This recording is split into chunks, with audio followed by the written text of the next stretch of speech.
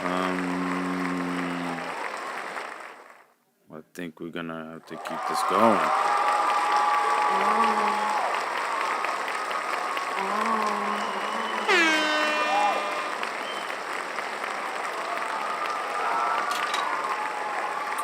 All right. Let me, you know,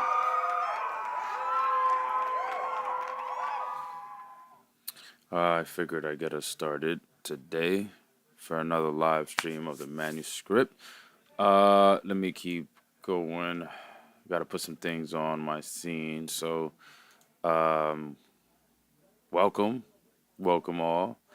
It's your boy Al again. I will be joined shortly by Rob Hegan. He is active. He will be joining soon. I just went ahead and got started us off. Um, but yeah, he'll be joining us in a second, man. He's gathering his stuff. He'd be here once he's here. I'll add him on, but for the sake of time, I figured I get us started. Another episode, or yeah, episode of the Manuscript. Another live stream. Brought to you by the 80th.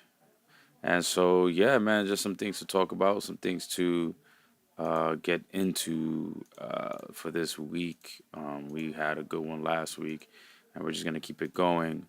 Um, just talking about what's on our mind, as we always do. And so, we got a warning here. What's going on? So, one of the things that I want to talk about today have to do around the election, of course, which is a pretty big deal in our country in America, and it's been on my mind. I'm sure is on the mind of certain folks, maybe not everyone, but if you know, you know. If you are tapped in, hopefully you are. You are at least paying attention to what's going on, and this would be my what? At least the number of elections that I remember being a part of, and I could do something about it, and as an active member of society. Let's see. I remember uh, if I'm counting backwards, so this would be uh, Trump and Biden. I've went through this. I'm going through this one. Then there was the last election, which was Trump and Biden. I said Trump and Biden. That was last election. Sorry. Um, then there was Trump and Hillary, which that was crazy. But I'm telling y'all, I remember Monday morning's meeting. Uh, that day, I remember we had our staff Monday morning meeting, which we usually did, and or whenever it was, a couple days before that election in 2016, and I called it. Almost uh, everyone who I worked with at the time, we were all, talking about it, all pretty worried about what's happening. And I remember saying Trump is going to win. I believe he's going to win, and so it happened. I remember folks telling me to chill out. I was like, hey, man, I see it. So that's that. So before that, then we had Obama versus, I forgot who it was. Who was it against him? See, I'm not good with this. Then there was Obama again when he won in 2008, which I was there for that. Shout out to Erica, because if it wasn't for her, she helped hook it up for me so that I can go on a trip uh, to Washington D.C. to go to the inauguration. Um, Now, granted, it wasn't like one. I remember being very cold that day. Oh my God, I remember freezing. So I also, likely didn't go well prepared. But I remember being super cold. Um, I remember the scene was pretty hectic. There was a lot of people, man. I was probably like 18 years old. So I did go to that inauguration. I mean, for what it's worth, I mean, I just saw it from my own two eyes. Getting to see a president get elected. I mean, there was a lot of people. Again, I didn't have any. This isn't a time where I had like a cell phone or iPhone like that, so I don't have a lot of pictures. And if anyone's gonna have pictures, it is likely Erica Miller. So um, I hope to get up with her soon. I do miss her. I learned a lot from her. So hopefully she has those photos. But yeah, that was something to see, man. A lot of people, man. A lot of people. It was a historic moment. I remember to get into the subway. Oof, it was super crowded. I mean, super crowded. You know, some of the most. I think I've never seen a metro that crowded. Um, so that happened, and yeah, so that was amazing though. Amazing just to see. Again, there was so much I learned even at that young age. I was like, wow, just taking it in, soaking it all up. Um, it was a lot. Again, it's a sight to see, man. Because I do have an odd relationship with America, as I've been talking about a lot of times on the stream. For those who've been paying attention. So um,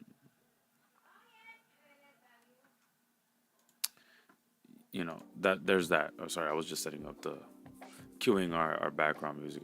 I gotta set that up so that it can just come in while we in the background. Um,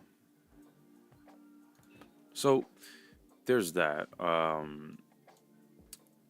And so where was I? Okay, so I was just going through the list of presidents that I've kind of been. So I would count that last one because now if we're talking before that, I'm 14 years old. This is Bush's second time being elected. So this is Bush's second term. So I mean, I remember it, but not. I remember the in 2000 the 2000 election, which was that Bush versus Gore. Um, and I remember the controversy around the elections being rigged, and so but that's as far as I can remember because at 2000 I was what 11 years old, 10 years old, 11, 12.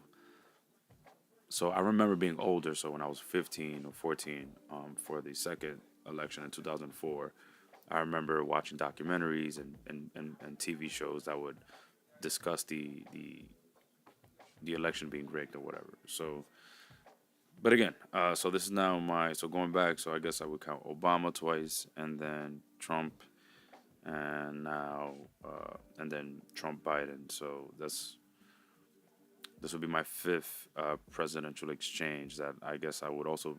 Well, I've been an adult for, so um, and I must say, since I've been tapping in, this is the most ridiculous. I mean, this is just the craziest I've ever seen. This is hard to explain the stuff that I've been seeing, and I've been going back to like watching the news now. So I watch mainstream news as like background noise when I'm getting ready in the morning. So I do mostly use it for the weather because I used to go on my phone, but I've stopped going on my phone as much in the morning, so it doesn't mess with my routine. Um, so I usually put on the mainstream news, and so I've started doing that um, as my background noise, and so I couldn't help but notice just all the talk around the election. So I am watching mainstream news, the ABCs, the MSNBCs, and it's just man. I mean, this must have started since I think the 2016 election or so because I don't remember presidential debates. Again, this is my fifth one now. Just being so marked by these candidates just straight up dissing each other. I mean, it's straight up like they're the bad person because of XYZ. They're pointing the other way. They're like they're the bad person because they're XYZ. Even the slogans that these both major sides are campaigning um, on, it's just ridiculous. And so what kills me is that for the most part, I've held, and there is a lack of trust, and I have in these parties and these people, because over and over and over and over again, they've proven, and history has told us that they're not fit to take care of us, and they don't want to. And even then, knowing that, just watching the way these two parties are it's like low quality shit, you know what I mean? Like, just to put it plainly, like low quality shit. Like, we got candidates that are going for the lowest bar. I mean, their campaigns aren't even clever. They're using like the most simplest campaigning tools and just to get to people. And there's no expansiveness. There's no discussion on policies. There's no thorough discussions on policy. There's no thorough discussions on like what can be done. And again, they never give a shit. But just the lack of sophistication, it's like, damn, you're not even trying. You know, we were being fooled, and we continue to be fooled by the belief that it's just all about two sides. But even those two sides, they're just putting out low quality work. So so I'm like, is this our government and our empire deciding like we just don't give a crap? We're gonna put out whatever we're gonna put out, and y'all just gonna eat it up, and y'all just gonna suck, just gonna take it, you know, as a people, and y'all gonna let us control you, whether you like it or not. And that's the part that's been kind of killing me when I've been reflecting on this election, just in terms of the stuff that I'm seeing. Um, is that my boy Rob? Hold on, y'all. No, not yet. Yeah, that's the stuff that's killing me. I'm just like, what the f is going on? What is going on with the stuff? The stuff that I'm seeing from Kamala just dissing Trump like dissing and name calling Kamala is just nasty work. And then the fact that we've, you know, so for I've known that politicians are nothing for a long time, and many of them unfortunately have proven themselves to just be horrible people based on their actions and the crimes that a lot of them end up committing and getting caught for. The part that is killing me about one of our candidates is just this is someone who's blatantly like not a fun person, not a good person. I mean, based on their behavior and the stuff that they've been convicted for. And there's just evidence upon evidence to prove that this candidate in particular does not really care about the masses of people, that they are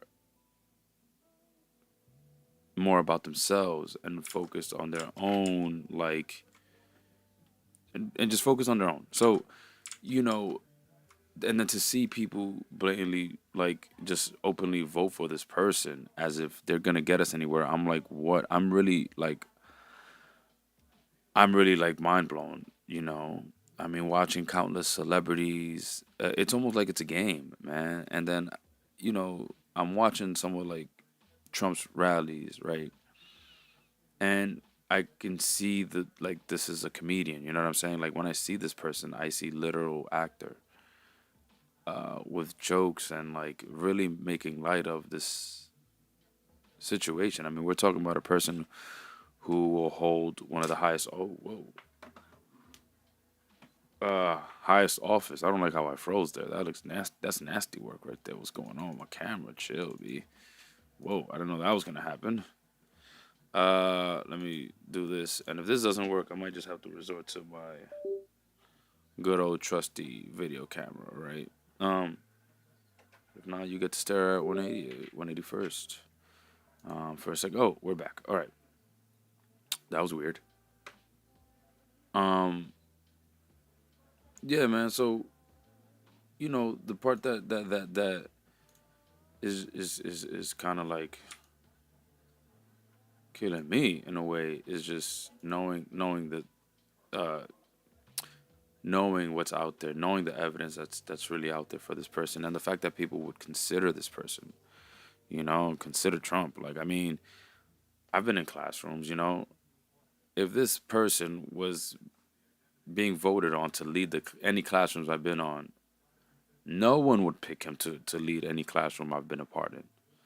Well, from my high school class to my college class to my class of professionals, like I've been in a bunch of rooms with people.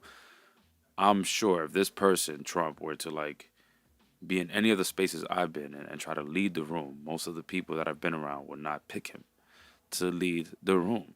And so, yet we are picking him to quote unquote lead a country, and that's just it's mind blowing to me. I'm not saying he doesn't deserve any high positions. I'm not saying he shouldn't be rich. Whatever, let him be who he is. If I'm thinking about the position that he's going for, I do not see a fit person. I'm like totally at a loss for words how others even see a remotely fit person. But that's where we are. And you know, and I think what kills me is that I see people who I deem knowledgeable enough. I mean, the information is out there, but then it comes to show you, right? It doesn't matter what's in front of you. If you don't know how to use the tools or any tools, you're not gonna do anything. It's not gonna matter to you. It's not gonna matter the tools I put in front of you if you don't know how to use it. You know what I mean? You can't just pretend to know how to use a hammer. You know, you either know how to use one.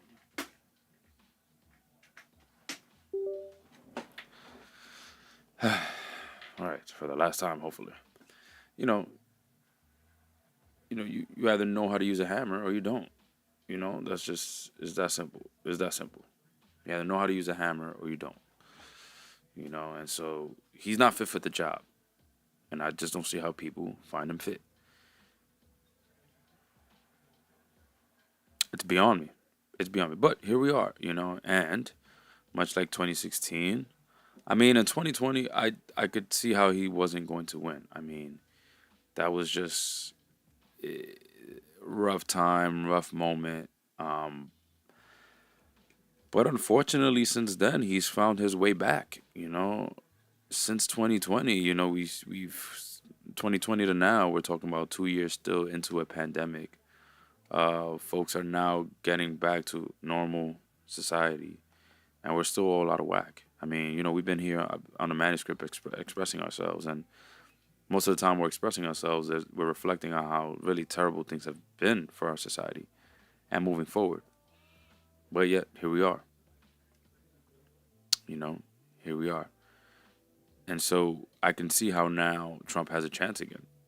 And honestly, I'm of the mindset, man, that we really hate women. You know, I think America has made that clear. There are people who actually think Kamala Harris has a good chance of winning. Um, I don't see how. Sure, they would pick another decrepit old white man, aka Biden, before they would choose a woman. You know, and I think unfortunately that's the case we have here. I also don't. I also think that her reputation of a vice president wasn't strong enough for folks to even want to consider her for this part again. So, yeah, I think Homegirl has a long way to go. I don't think she has a good way, and I don't think she's gonna really get anywhere, man. I don't see it. You know, I know folks see it. I don't see it at all.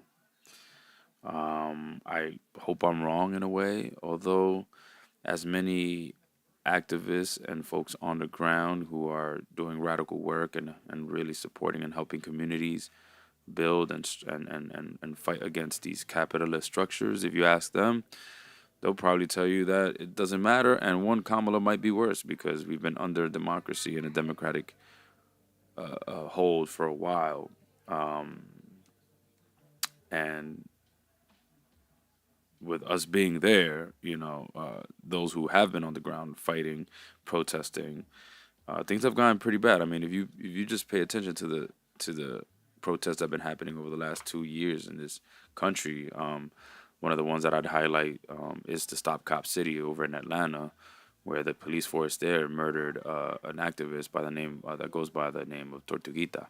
I mean, it was a very that was a sad one, man, because you're talking about a young man. I mean, he was what, mid 20s, and part of a radical group that was defending the forest and the green spaces and land that were there in Atlanta that were to be bulldozed and taken down by uh, the states, the police, because they were setting to build up another training center for police. And if you think about the implications of that, man, I mean, we're struggling, man, with our climate. So these folks put their lives on the literal line just to save something that will help us. And if you don't think that any of the fight or things that were those folks in Atlanta were doing, when you look up Stop Cop City, doesn't affect you anywhere in the world, you're wrong. You're completely wrong. So I'm always amazed at the bravery that these folks are displaying. And really, to me, I'd say, the people that that are doing these things, I do believe, and I've come to believe now, that those are the ones that should be our leaders. I mean, these are people, again, that are doing things for folks they don't even know, putting their bodies and lines on the line for people they don't even know, to try to create a better and safe world for people they haven't even met yet. And that's amazing. I mean, I don't know what you call that, but that's powerful to me. That's strength to me. That's leadership to me. Um, and for the men who've put their bodies on the line in that way, those are real men to me. Those are real leaders, and many of them have been and often go unnamed, um, in our societies, and they're not recognized for the work that they and the things that they do. So I just went on a ramble, man. But this is all election that's got me this way. It's got me this way. But again, it's on my mind. I mean, the election is tomorrow. Can't escape it. Let me see what something's missing here. I didn't. Oh, I don't have the feeling wheel. But see if I try to pull that up real quick for old time's sake. Not old time's sake, for tradition's sake, I should say. Here at the Manuscript, I didn't even go into how I'm feeling today. So let me see real quick. How does that say? What did I say over there? Looking.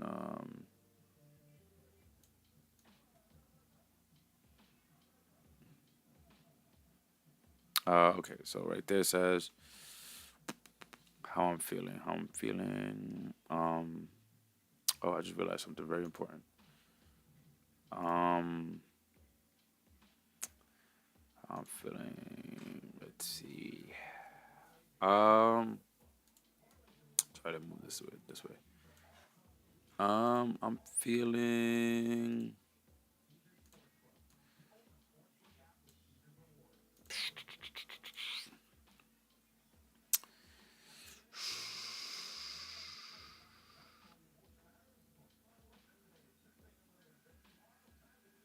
I'm in the purple, somewhere surprised, bit disillusioned. I am in a bit of a green, by the way of overwhelmed. I just realized that says bad. I don't like that word. I mean, we could just skip that altogether, but or I would take one of these words and put it in bad. Yeah, I would say overwhelmed still. That's today, and it's crazy how feelings can change because let me tell you, man, your boy was out in San Antonio. Shout out to Kim. Love you, Kim. Um, we went on a trip, quick trip out there to San Antonio, which was amazing. So that has me still happy and feeling grateful because it was such a wonderful trip, man. That was so cool. As a longtime Spurs fan, to finally visit this city that I've been watching on TV through commercials. The famous River Walk was constantly shown during NBA broadcasts when the Spurs would play. So stepping foot and even walking through the River Walk was like an amazing feeling for me. And then even visiting historical landmarks and like the Alamo, which is one of the for those of you who do know, that's one of the most famous landmark in there in San Antonio. So it's beloved, and I would recommend anyone go. I mean, well, yeah, we have to get into history, man. I just don't see how no one's into that history. Like this is something that a landmark and a piece of property and place that was there since 1800s, man, the late 1800s, and that's all I can think about, man. Just like, wow, this is still standing here um, for almost 100 years, uh, for more than 100 years. What the hell am I saying? And just, I was just in awe, man. Just like the fact that humans built a structure that pretty much stood the test of time for a long time. I mean, granted, there was renovations and still more being done to preserve the place, but they've built stuff. They built a fort. They built they built things that again still is still standing to this day, man. I was just, man, that's amazing. that always amazes me. Shout out to all those folks who put in work and all those indigenous folks who tried to keep Texas away from San Antonio, but ultimately overwhelmed by the forces they were up against. Man, it was that was another crazy thing for me to just read that side of history and just pick up on the way it was written and noticing the things, the subtle words used on the displays, as far as like the on the captions that described every like landmark or historical artifact. I'm reading the through the caption and I'm just like, okay, I see what they're doing here. The way they're being very careful to name what happened, but present it in a way that removes a lot of the real ugly violence and the ugly truth of it all. You know, um, for example, you know, the what I was calling the takeover of San Antonio were being called mission. But the mission was clear: is to like we're gonna set in this place of land. We're gonna start bringing our shit there. We're gonna start building there. We're gonna plant ourselves there. We're gonna create a community there, and we're gonna take it over. And then we're gonna instill our church and our way of thinking and our way of living, and we're gonna pass this on to you, and you're gonna live this way too. And if you don't, there's consequences, and that consequences usually means death. And then what do we have today, right? Sounds familiar? They say history repeats itself, but of course it does. So what we have today is a situation where if it's starting to feel very similar in that if you cannot and you do not assimilate, if you do not play the game, if you do not participate in the matrix, as they say, right, there'll be consequences, and that are consequences often your life. Should you choose not to participate, it's either that or go somewhere else with that, right? Flee, leave. And again, the way I framed it is not being framed in none of these pieces. So that stood out to me too, again, but I'm still very grateful that I got to visit. It's always good to learn history. I mean, for me, with the stuff that I picked up on, the stuff that I'm still reading about, the stuff that I'm still learning, um, I couldn't help but pick up on this, man. This. It was what it was, man. I couldn't help but pick up on it um, through my lens, um, and yeah. So what's the next thing I'm looking for? All right. So there was a couple things I was on. Um,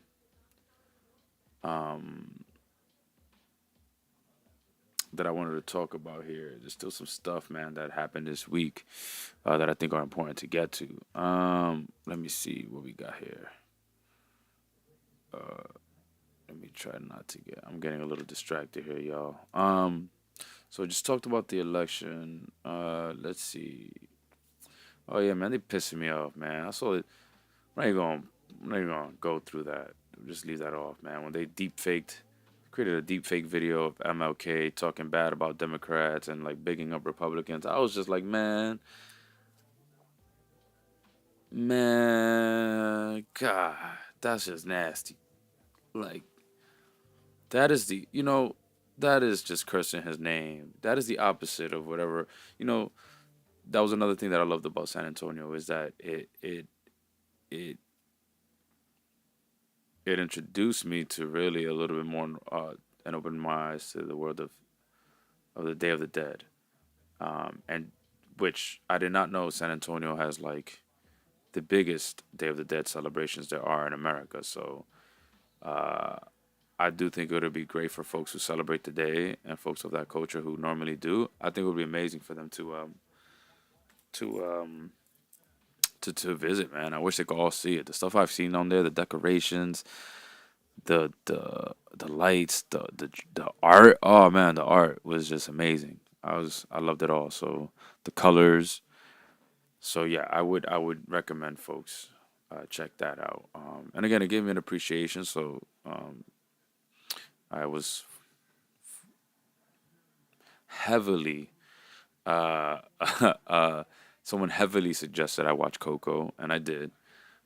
Coco then put it together for me, lovely, with a movie that celebrated the Day of the Dead, and it was big. I mean, the whole movie centered around the day, which again I saw that was amazing. I saw once I again in learning the purpose of it through the trip in San Antonio, then watching the movie, just gave me a newfound appreciation for that celebration. Um, yeah, so I promise to bring it back full circle because, so if you know the Day of the Dead, you know the big. I've learned that a big part of the celebrations is getting in touch with ancestors, and so keeping their memories alive to bring them back on the Day of the Dead, in which they're supposed to come visit us for the day and spend time with us on this land, as long as we give an offering and remember them to the gods to allow them entry back into our world for a day.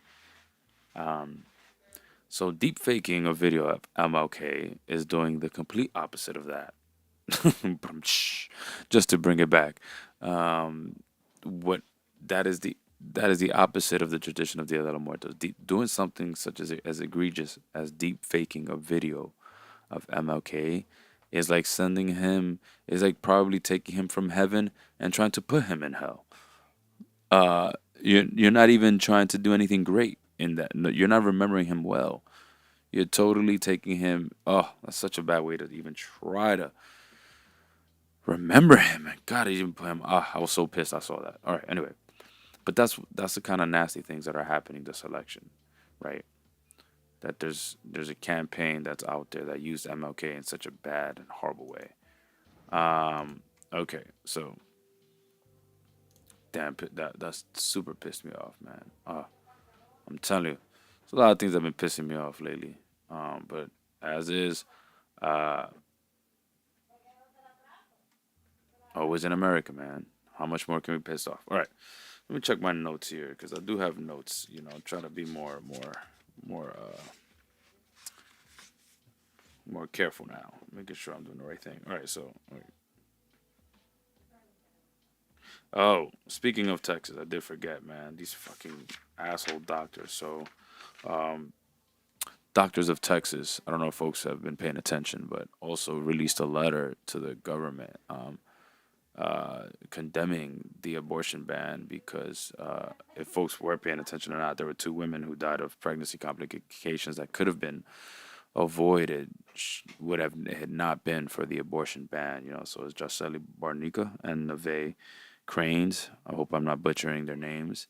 But yeah, those two women sadly passed away due to complications, birthing complications. And again, a lot of this could have been avoided. Folks can read up on it. I'm not going to expand on it now. I just think it's crazy that it's come to this, and as other advocates who are for abortion and abortion rights and reproductive rights, real reproductive rights, have been saying that these kinds of stories we'll hear a lot more of. With an abortion ban, we will hear a lot of people going through extreme measures to get the services they need when it comes to reproductive health, and doctors will also be super negligent in their practices because they'll be up against either losing their licenses in many cases or performing life saving in surgery, and some of that could be abortions. So,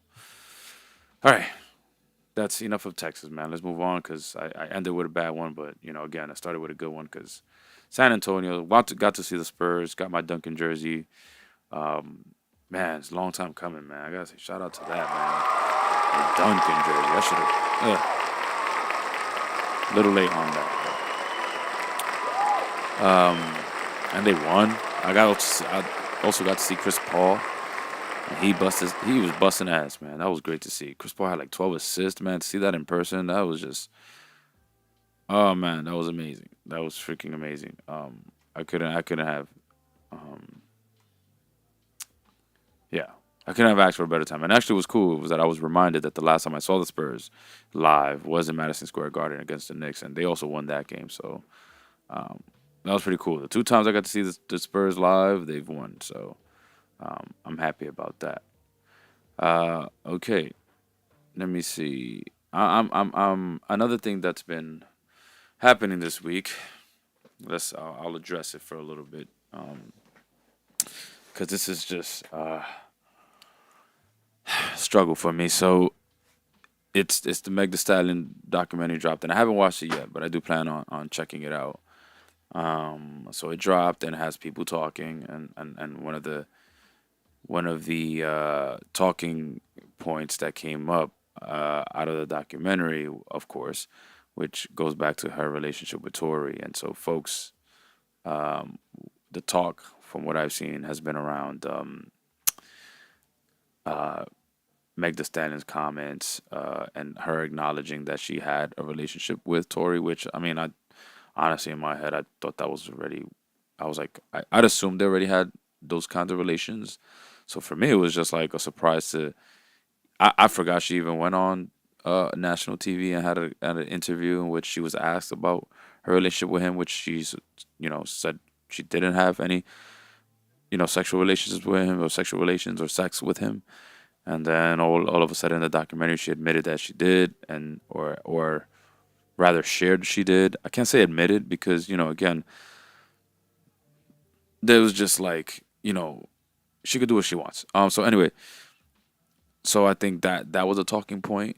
It seemed where I guess folks are trying to vilify Meg Thee Stallion for putting that out there, and then recalling the fact that she said she didn't, and then what was that about? Look, man. th- so speaking of living through presidents, I've also since being tapped into music, I also lived through a bunch of terrible, terrible, terrible celebrity breakups and situations. And so, one of the worst that I've experienced so far has been, the famous Rihanna one. That was when I was in high school, Rihanna and Chris Brown. And so, that one is when I think about Meg Thee Stallion and the situation with Tori, it harkens me back to that one. I mean, right around the time where Chris Paul and Rihanna incident happened, I was freshly a peer leader who have just spent a year and change learning about the issue of domestic violence and um, working in community with folks to raise awareness on DV and most importantly, teen dating violence. And here comes this situation between two of the biggest up and coming pop stars at the time. And so I was already heading, performing a bunch of workshops and talking about DV. Do you know how annoying and how heated many conversations got in the rooms I was in when I was simply trying to explain to people what abuse is and no one could help but talk about what just happened? And how many people in real time, were making excuses for Chris Brown and his behavior. I mean, I was even at that age. So I was like 19, they were both 19, 18, 19. Yeah, I was around because we were all around the same age. I couldn't believe the amount of people that was just blatantly sticking up for him with so much evidence that came out. I mean, you know, I there were jokes about other celebrities in the past where stuff got abusive. For me, I recall the jokes between Bobby and Whitney, but there's been plenty of stories of them having literal fights with each other, him literally like beating on her, and stuff like that. What's another one? I guess famous couples. Big Pun and his wife. Although his wife was not, and maybe that might have been to the best, was not another famous person, if you will. That was another relationship I was aware of, but I didn't. I would hear about it. It wasn't until much later that there was documentaries that came out that showed, there was, and really discussed the that abuse in detail. So, um, and there was other ones, but my point being that the Rihanna Chris Brown was the first time I at least heard of a DV situation, knew about it between celebrities, and there was actual footage and evidence of what had gone down, and and that there wasn't this clear shot like, oh man, that was just wrong, you know. Um, and so when I see people and men specifically stick up for Tory Lanez blatantly, like I'm not surprised. I'm just disappointed, you know. And I'm not gonna lie, I lose a little bit of my optimism in humanity. Um, with Chris Brown, it was he beat her so bad. Like I mean, her photo became famous. You know what I'm saying? And if you've been in a fight, you know you don't just get someone to that point. Like you know what it takes to get someone's face to look like that. And there was evidence of what his face looked like that night. And his face did not look anywhere near her face, Chris Brown's. So people ask me why I make a face whenever he's brought up around me, and it's because I can't help but think about that moment. And yes, that moment happened. We were both 18 years old as men, but I know the transition and the changes I've made and how hard it was for me to even develop into who I am today. And I'm seeing him, even in the celebrity light and public light, I don't see any improvement. I certainly don't see any growth. And not to mention, unfortunately for the women around him, Rihanna wasn't his first. As a matter of fact, his second most famous relationship with Miss Karuchi Tran, I believe she's got a still live order protection against that man, in which a famous picture came out of them two where he's choking her. Or, you know, has his hand around her neck. If people want to argue he wasn't choking her, he has his hand around her neck, and it didn't look like they were making love. So there's been evidence after evidence after evidence as to prove that Chris Brown hasn't improved, and there's still more evidence that he hasn't improved, and people will still stick up for him and love him, all because he makes their favorite music.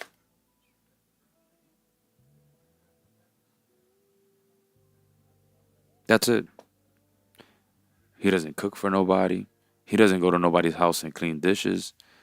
He doesn't. The fans that stick up for him, he doesn't go out. He's not paying for their nails. He's not paying for their groceries. A lot of his fans are fucking moms of 3 or 4 kids. He's not babysitting any of their kids. He's not pulling up to their parties to help clean, to pick up after the decorations, to help put decorations up, to help put decorations down. He's not taking nobody's kids to school. All he's doing is creating their favorite music, and that's all it takes for his actions to be forgotten. For people to deem him a great man.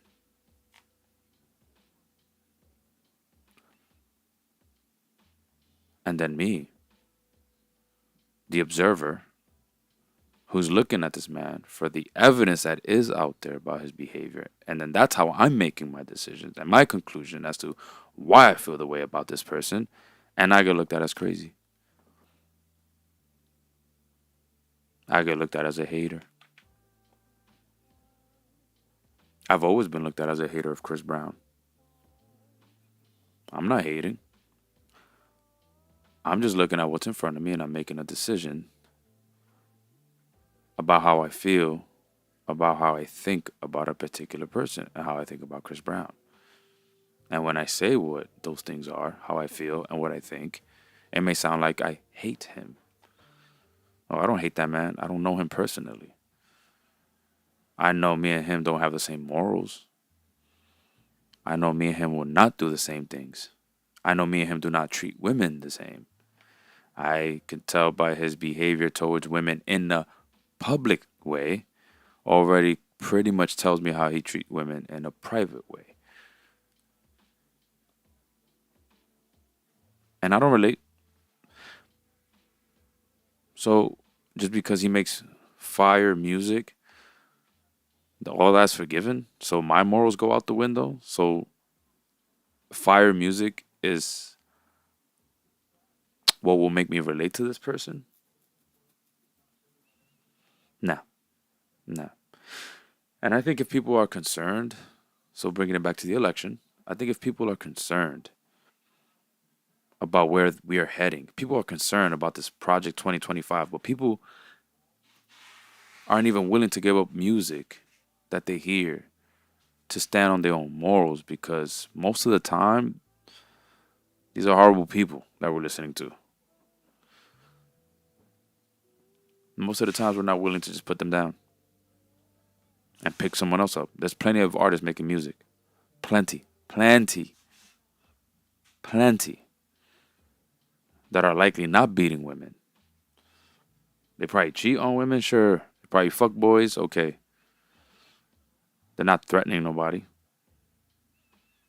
They're not threatening men or women. They're not trafficking no one. They're not dating minors or sexually assaulting minors. But yet we cling on to those that do. Just like there are plenty of other candidates. And yet we act like these are the only two we got to cling on. So we got a lot of work to do. And so people aren't willing to give up Chris Brown. I'm not surprised why people aren't even willing to give up Tory. But again, what throws me off about where we are in today's age is that I'm like, what did Tory really do for you? And is it Tory, or is it that you hate women? Because that's another theme that keeps coming up, man. For us as men, like, this is terrible now, fellas. Like, what is going on? Like, we are really allowing ourselves to listen to men and be influenced by men who hate women.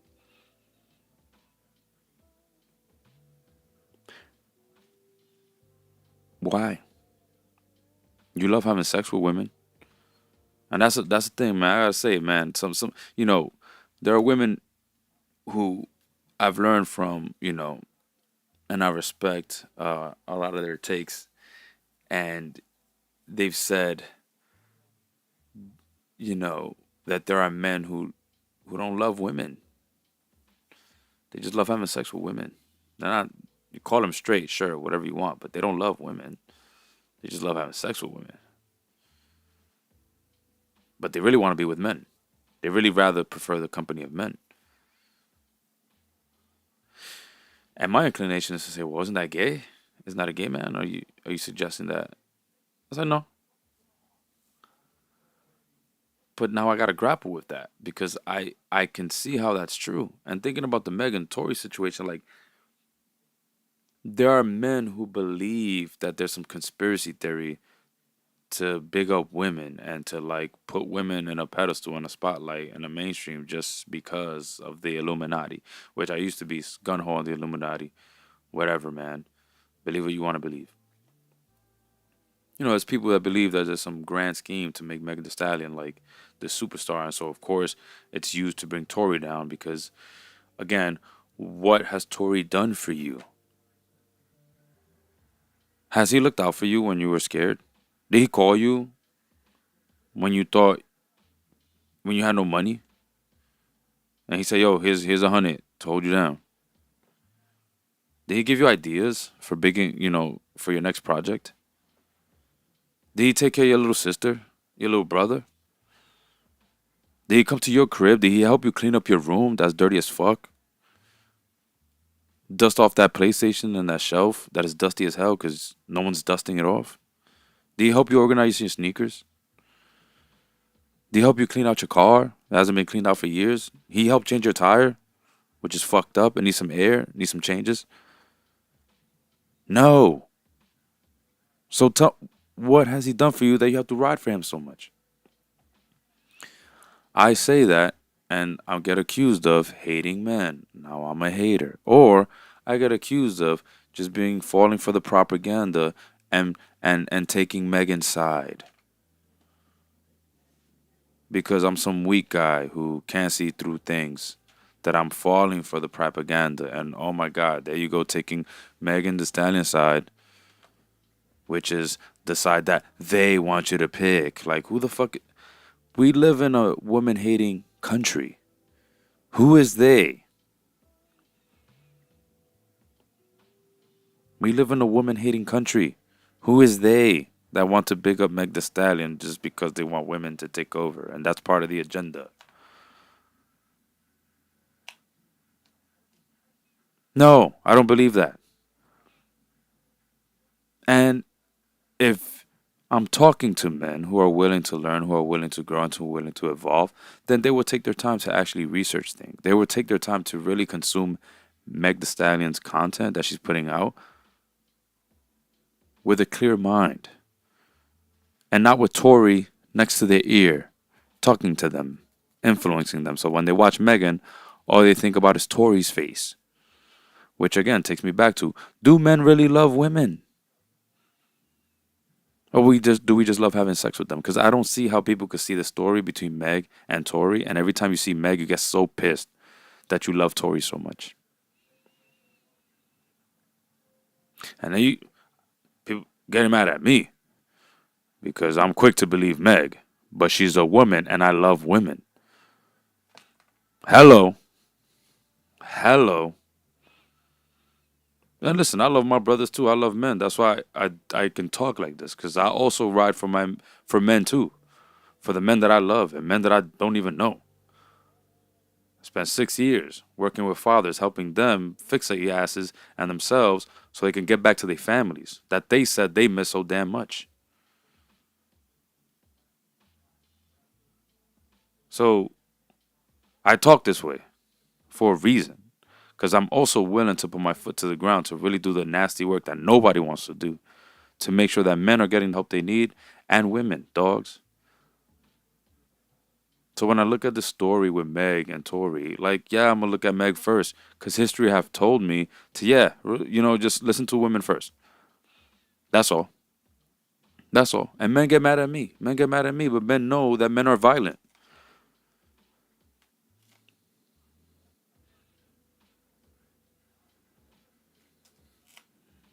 Like, y'all know we violent to each other. Like, we talked about this. Like, that's what bugs me out. Like, men know men are violent. But in a violent situation, I'm choosing to like just let me just hear what she got to say real quick first. I heard his side. I heard Tory's side. Nothing about his side makes me believe he's innocent. I mean, there's that famous phone call where to me he sounds guilty as hell. He was one step away from just saying, "Yeah, I should have never shot her." He was this close. But he didn't sound innocent. And I'll tell you what, similar to the Chris Brown, how I don't relate. I would never put myself in a situation that Tory was in, to the point where a gun would even go off remotely in a car that I'm in, with a woman that I supposedly love, with a woman that I'm dating. Ain't no gun gonna be remotely going off in a situation where I'm in a car with a woman I'm dating and her friend is in the back. And even, because according to people what they believe, the friend is the one who did it. Even if that was the case, I'm pretty sure I would have picked up on the fact that, yo, her friend is weird. My date's friend is weird as fuck. We're not getting, yo, I'll put you in the cab, you go home, and we going this way. Because that's just how I move. Because if you're telling me that the best friend shot Meg Thee Stallion, right, that means those two been had beef. That means you could have picked up on the energy from the get, from the party.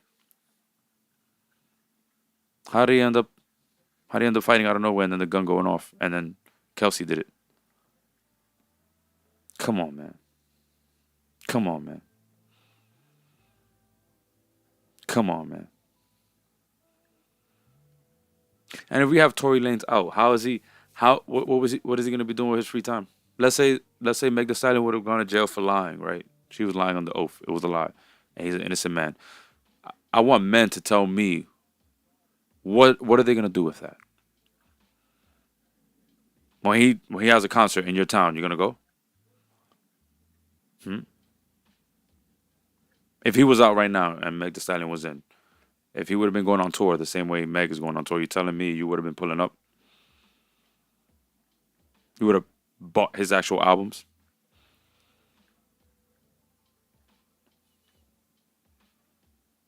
That's what would have happened? Because I don't think so. I don't think so. Half of us, Half of us are scared to even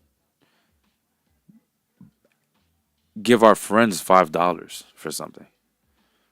Ain't nobody buying no damn albums. And you're not buying no Tory Lanez album to support him. And better yet, tell me, okay, so if the roles were reversed, right? The roles were reversed. And it's Tory Lanez. He's free. And Meg Thee Stallion's in jail. Because let's say he's the innocent one here. Do you think Tory Lanez would have been out creating programming for young men to get them out of violent situations? You think you think Tory Lanez would have been the spokesperson to raise awareness on the fact that men do get abused too? You think Tory Lanez would have been donating to men's shelters around the country, or at least where he's from in Toronto, which are likely suffering? I don't think so. And there's nothing in his history that shows me that that's the type of person he would have been had he been out. And again, not only am I talking like this because of the stuff that I'm seeing in front of me, I have experience of working with men in a therapeutic setting, right? So I've see how hard it is and how hard men have to work to get change. And a lot of those men that I worked with, I've been blessed to see them work really hard to create change in their lives. But it is not easy. And I hate when we just make excuses, man, for men who do horrible things and they just get away with it and we excuse them. Because there are real men on the ground, dogs, putting in real work, going to therapy, volunteering, journaling, going to batterers groups, all to remove an order of protection that was put on them, all to be able to just see their kids without the system involved. And many of them get denied.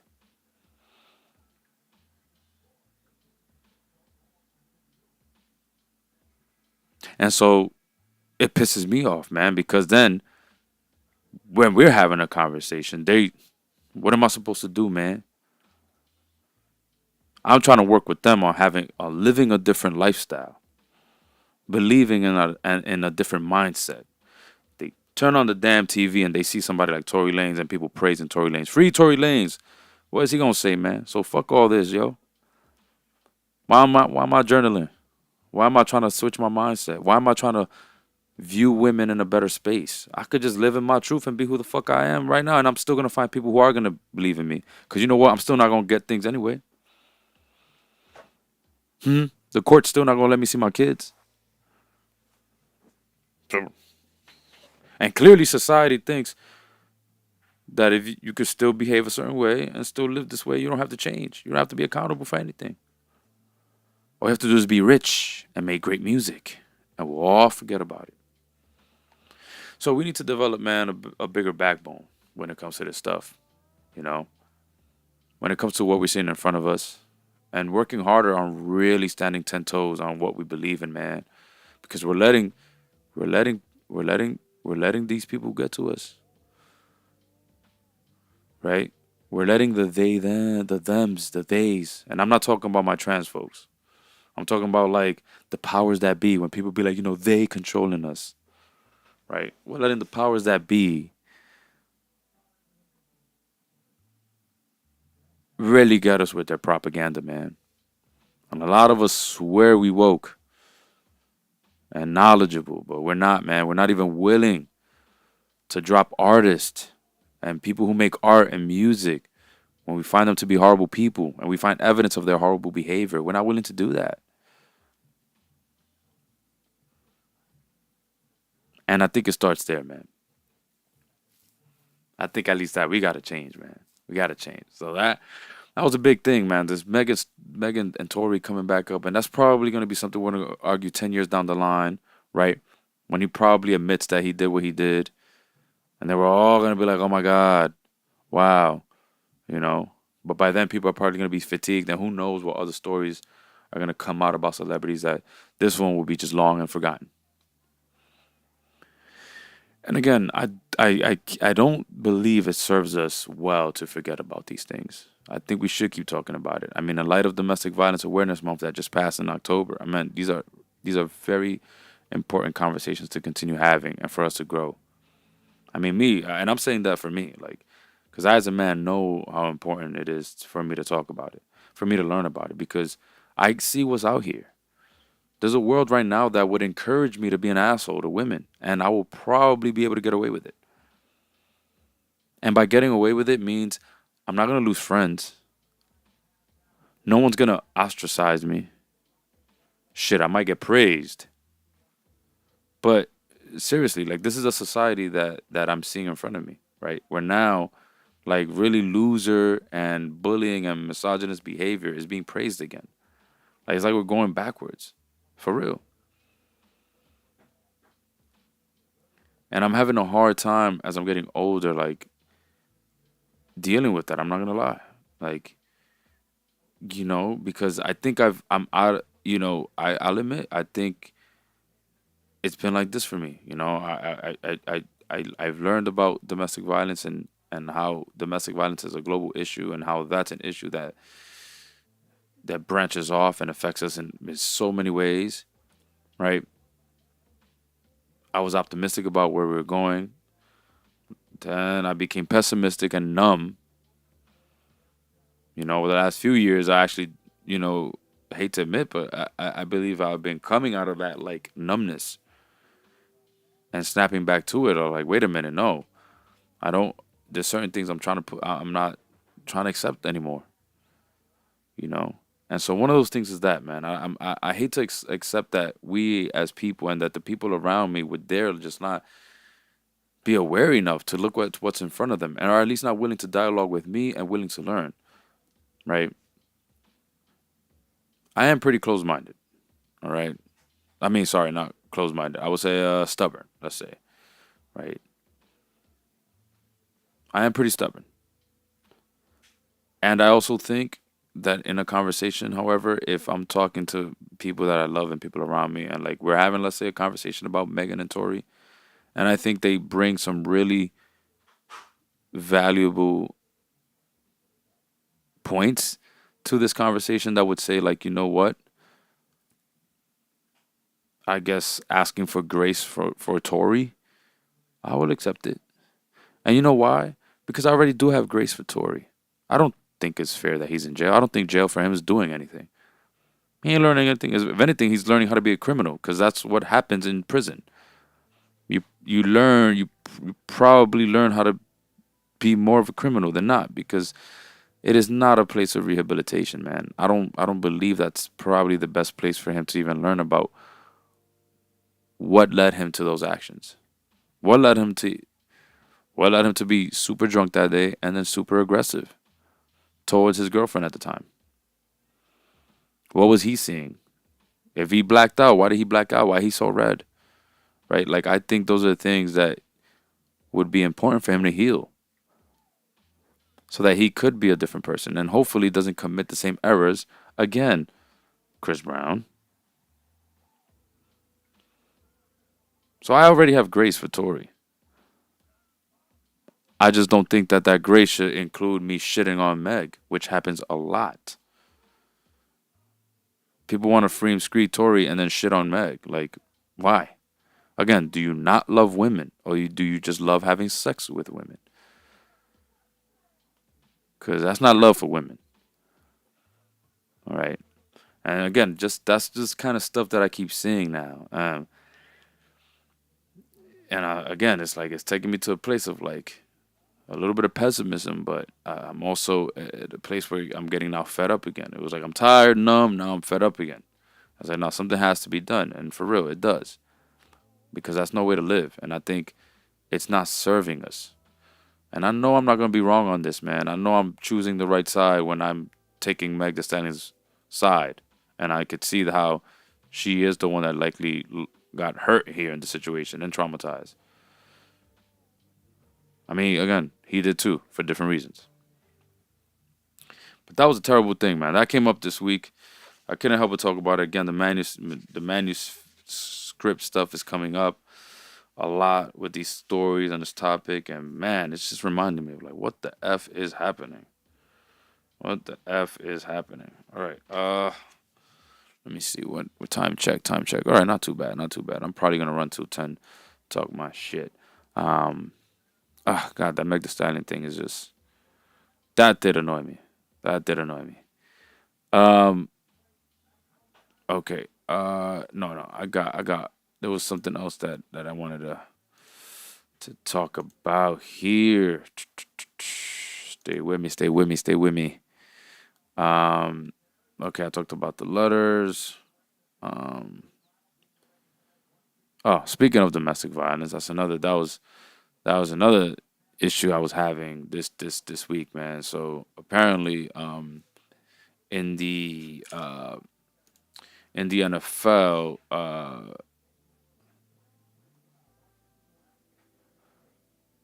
that Jackson Hayes from the Lakers, there was a video that was released of him like spitting on his girlfriend and like manhandling her, and clearly she was scared because the video footage was released with audio, and yeah, that was just another just frustrating thing, man. Because I'm curious about how the NBA is gonna handle it, one, but also that like again, I see situations like that, and I'm like, dude, you need help because what is going on? Like, especially if you would spit on your partner, like to spit on your partner, like you, I'm just like, because again, what I just start to think is like, is me like what I like. I be picturing myself just me spitting at my partner, like me actually, like I don't even see the situation in which I would do that. I don't know a situation in which I would do that. I don't see it. I would never effing do it. But then it happens, man, and I know that's a behavior that's usually an abusive tactic, man. Spitting at your partner is not a behavior that non-abusive people do. You know, I'm sorry, it's just not found. You know, now when it comes to unhealthy, people who are in unhealthy relationships and people who have unhealthy relationship patterns or behaviors, there could be some overlap between what is unhealthy and what is abusive. Spitting is not there's no overlap in spitting. If you are spitting on your partner, that is an abusive act. You are likely an abusive person if you would be the one to spit on your partner. Yeah, and I think you should know that because if that's you, you have a problem. You have a problem with your behavior and you have a problem in that you are controlling and that you believe you need power in your relationship. And that's not the life you really want to live.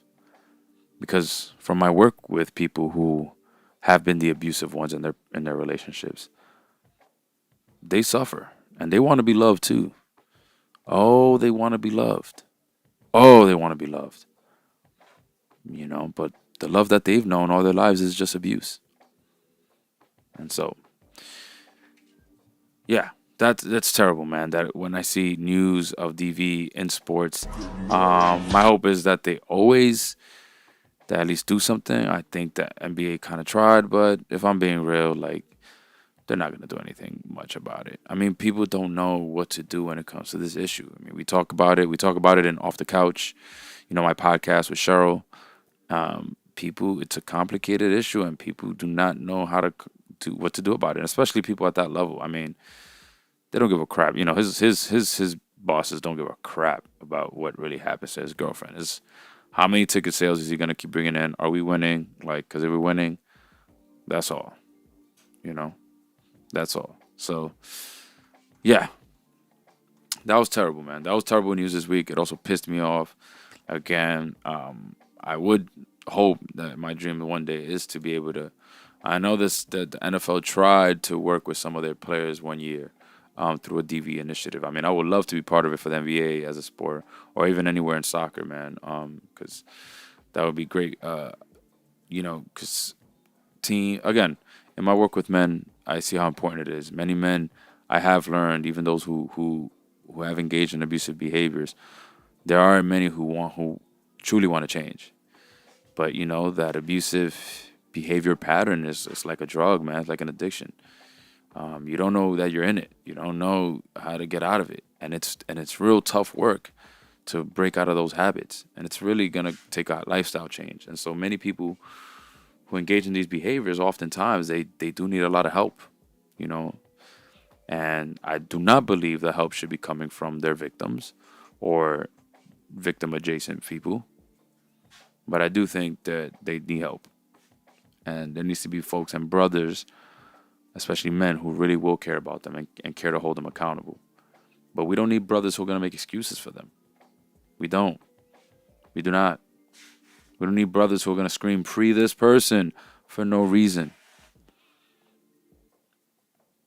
without no desire to hold them accountable. We don't need that. Our society does not need that. Does not serve us any purpose to do that. All right? So I hope we're able to move on eventually. And I know I'm gonna keep screaming it as loud as I can while I run this manuscript, while we do this manuscript here in the 80th, while I make music, while I work in music, to make that known and make that a stance, man. I know if I get to live a couple more years, man, 10, 20, 30 more years, and this is the route I'm taking, I know that's going to mean a lot of changes for me in the next few coming years because, it's either folks are going to be able to, and men really, are going to be able to hear me or they're not going to be able to stand me, you know? They're not going to be able to hear me or stand me. And honestly, like, again, we got to stand on our morals, man. I'd rather do that and be gone and know that way, and hopefully my people remember me for what I stood for than everything else, man. Because I want to be on the right side of history, and I believe everything I've ever talked about and worked to learn about is all about trying to remain on the right side of history. And I do hope people join me um, in that. Oh, I keep saying people, but I'm really talking to men. The men I know, my guys, my people. So yeah, man. All right, it's about to be 10 o'clock, so I'm about to wrap this up. Especially since it's just been me kind of writing for a while to get on this manuscript, just get all my thoughts out. But Rob Hegan couldn't join us today, but I'll still give him a shout out. Um, Thank you, Mr. who usually Hegan. does, but again, as the 80th, we want to keep this going because manuscript eventually is gonna keep going, man. You're gonna see me some days. Some days maybe you might see Rob some days.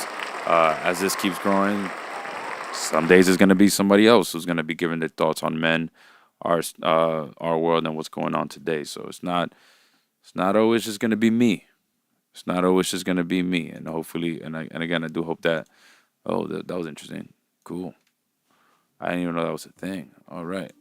Sorry, I got distracted again by another tab that I opened. Um, but yeah, hopefully this will keep going and there's other people. But yeah, those are my thoughts for today on the election. I spoke a little bit about other things that came up within the week for me. My fun trip at Texas, that was so super cool. Again, so shout out to I didn't prepare any photos to really show, which would have been dope. But yeah, shout out to San Antonio specifically. So I almost said shout out to Texas, but San Antonio. It was a really dope place. And as far as feel good stuff, I do want to. I do think I want to end this on like. Let me see if I have any feel good moments or things that I recorded from the internet, like videos um that kind of made me smile. Oh, here's one. It's just really random, and it's probably not even a good one either. But it's just really random that someone posted this. Um, so you know, screw this guy. But Mayor Adams, he he posted that apparently we're on a severe drought here in New York City, right? And so the concern is that we will be running out of some water. And so he tweeted out that we should help preserve some of New York City's water. Yeah, so I'll leave it at that. And so that was important because then what ended up happening is that someone posted, and I'll give them a shout out. They'll be here because I don't want them, I want it to be that we all see who it was. So this person by Katie Honan, she ends up putting this video showing a former Ed Koch in 1980, the former mayor, where they did also a campaign for a similar issue that was happening back in 1980s when New York was also experiencing a drought. And so they showed this commercial, which kind of made me laugh and smile. And I'll play it so you hear why. The shower faster or turn the water off when you're brushing your teeth, you better listen.